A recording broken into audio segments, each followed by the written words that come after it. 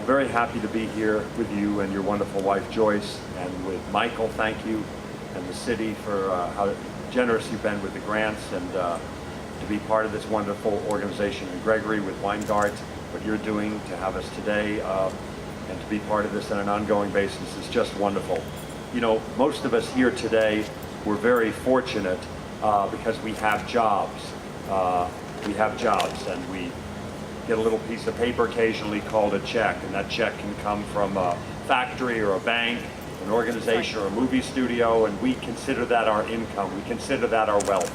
But I propose to you today that is a number and a figure that we use to figure our wealth, and we get things from it, things like cars, and we pay our rent, and we buy things in Home Shopping Network. But I really suggest to you today that our real wealth comes from other places.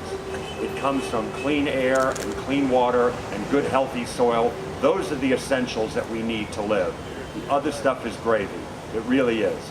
And I think if we put a focus on that, and urbanfarming.org is so essential. I've been growing my own food since the late 70s, and I've grown it in an urban setting. I've lived in the city of LA my whole life. I was born at Hollywood Presbyterian Hospital, and I've lived in the city for many years.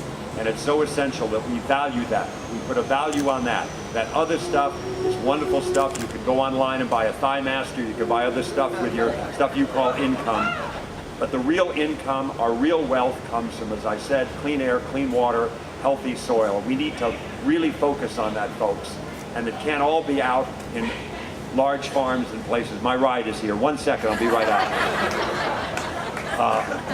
We can't, you know, we have to, of course, give our due to the farmers. They're doing it on a large scale. We get a lot of food from them.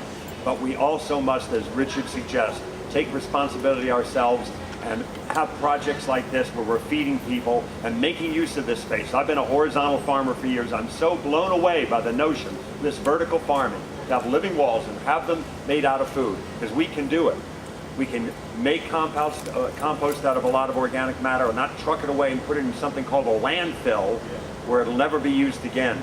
We have to make use of that, make compost out of stuff on site, and then take that same organic matter and use it to grow on site in places like this. Wonderful, healthy food for people who need it. We can do that. We're showing that we can do it right here. Joyce and everybody at Urban Farming has been doing it for a long time, and I'm just so proud to be part of this. It's extraordinary what you're doing, Joyce. Thank you for letting me be here today. Thank you, Richard. Now, I'm going to introduce Joanna. You're from Miguel Contreras Learning Center, is that correct? We're going to hear from a student now. Give her a big hand. Thank you.